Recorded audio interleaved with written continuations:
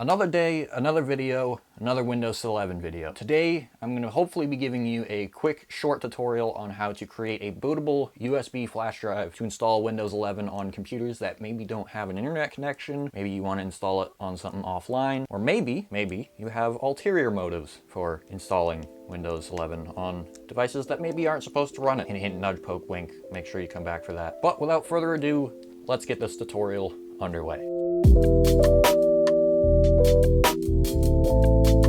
So there are some prerequisites. There is some software that I'm going to have linked in the description below. I'm going to link Balena, Etcher, and Rufus. You can choose whatever one you want. We'll go over that in a couple minutes. I'm going to link the website to download the ISO file for Windows 11. And I'm also going to leave a link to some flash drives on Amazon. The one that you're going to want is about 16 gigabytes. 8 gigabytes will work sometimes.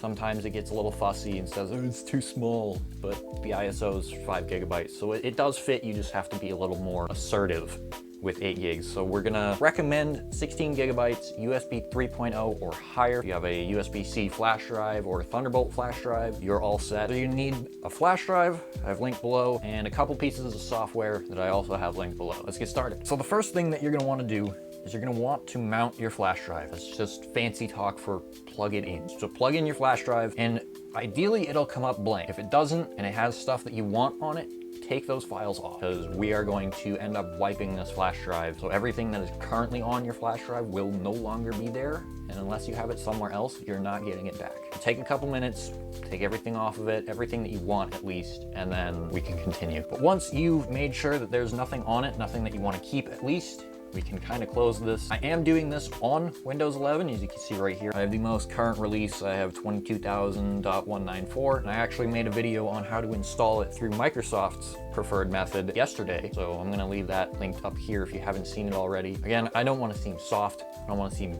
mushy, but thank you guys for the absurd response to that video that I got. I love you all. We gained like 50 subs literally overnight. So I love you guys. We are getting closer to that 1K mark every single day. But what you're gonna want to do is you're gonna want to go to this website. It's microsoft.com/en-us/software-download/Windows 11. Don't worry if you live outside of the US, this website will still work. I have confirmed that from some of the comments from last video. I had a couple people from India wanting to see if this website worked, and it worked fine for them. So thank you guys for confirming that for me, and I'm now passing your knowledge on through this video. Again, I'm going to this linked in the description for you to just click and go to. You don't have to remember it or type it out. You're gonna want to scroll all the way to the bottom here where it says download Windows 11 disk image ISO. You're gonna select download Windows 11 download. You're gonna select the product language. This is the language that you speak. I am very clearly fluent in English, so we're gonna go with English. Confirm, and then it's gonna give you one download option this time around. Windows 11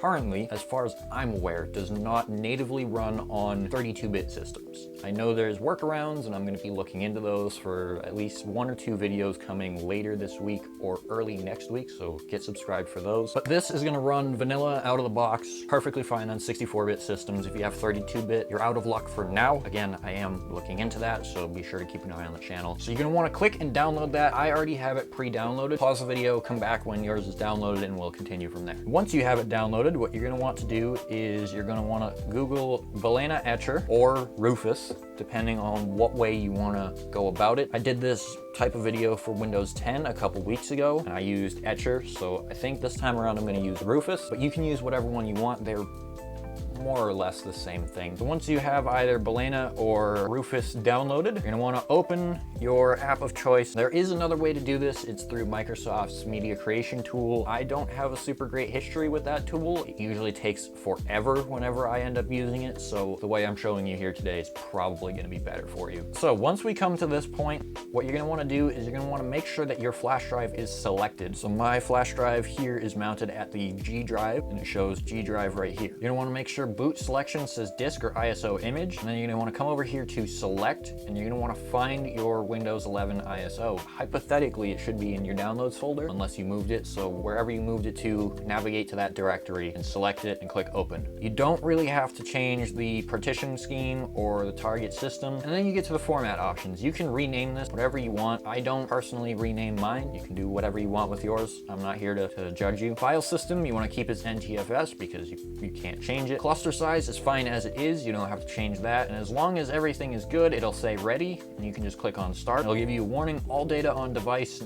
no label G, so my flash drive will be destroyed. This is the point of no return. If you have things on your flash drive that you want to keep, get them off now. Because once you hit OK, they are gone. You are not getting them back. To continue with this operation, click OK. To quit, click cancel. We want to continue, so we're gonna click OK. And it's gonna spit out a bunch of garbage here. You don't really need to pay attention to it. All you really need to worry about is it saying copying ISO files and the percentage. You know, you can, realistically, you can close everything else because all that's really important is this window. And this is gonna take its sweet old time. I'm gonna time lapse this and I'll come back when it's all ready and done.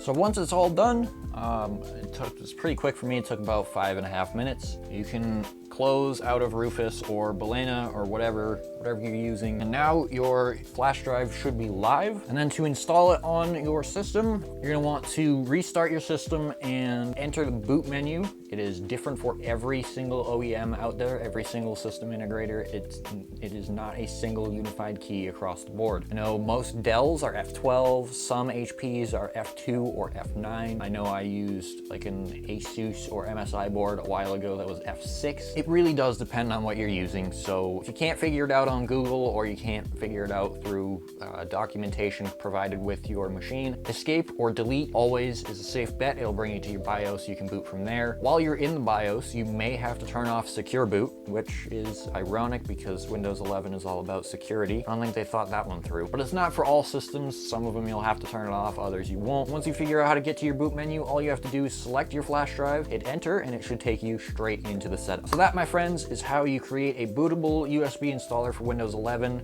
that you can use to install on any computer you want. Well, not any computer, it doesn't work on ARM machines, and it also doesn't really work on 32-bit. Whatever computer you want, asterisk.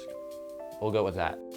I hope you guys enjoyed. If you did, be sure to leave a like, subscribe. Please do subscribe. We are super close to 1,000 subs, and I have something huge planned for you guys at 1,000 subs. So the quicker we get there, the quicker you guys get to find out what that is. And until my next video, see you guys later. Goodbye.